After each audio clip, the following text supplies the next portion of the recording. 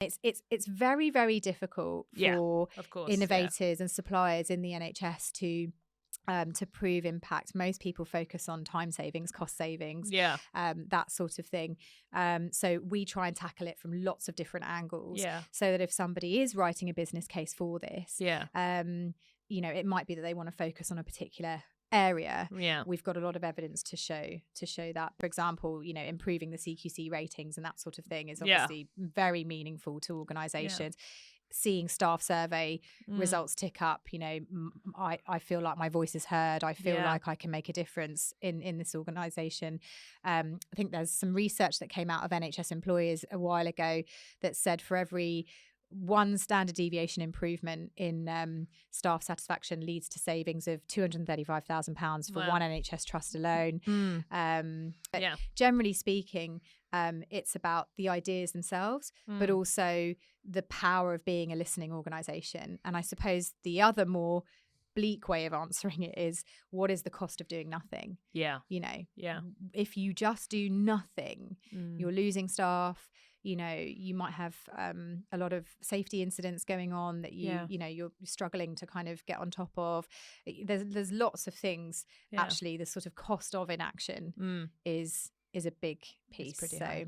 It's quite a complex area in terms of you know, how do you prove impact? You know, the holy grail is, you know, it is we save you millions and millions of pounds a year. You know, that's what everyone's trying to go with. Well, exactly. And you know, and I guess we're so used to hearing that when you go in front of an NHS organisation, try and sell something. Certainly, you know, especially more so in the current climate, unless you're proving almost sort of in-year savings, it's a challenging time to be selling to them. So it is. So it's, you know, it's been ingrained in all of us, people who I guess try and sell innovation to the NHS, that you must have a way of calculating that impact, right?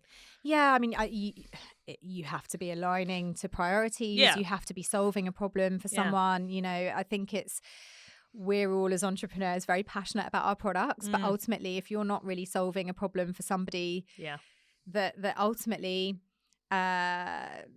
saves time, saves money, reduces incidents, improves safety, these big things, you're going to find it hard to argue for public funding to be invested in your product or your service. So, you know, the economic argument, the sort of the pricing, the return on investment, you know, it's all really challenging. And even as I say this, I kind of think back to, you know, trying to get our first customer to buy this, and I think how far we've come, you know, and it's even now it's not easy because the environment we're in is ever changing. There's new challenges new priorities every month, every year.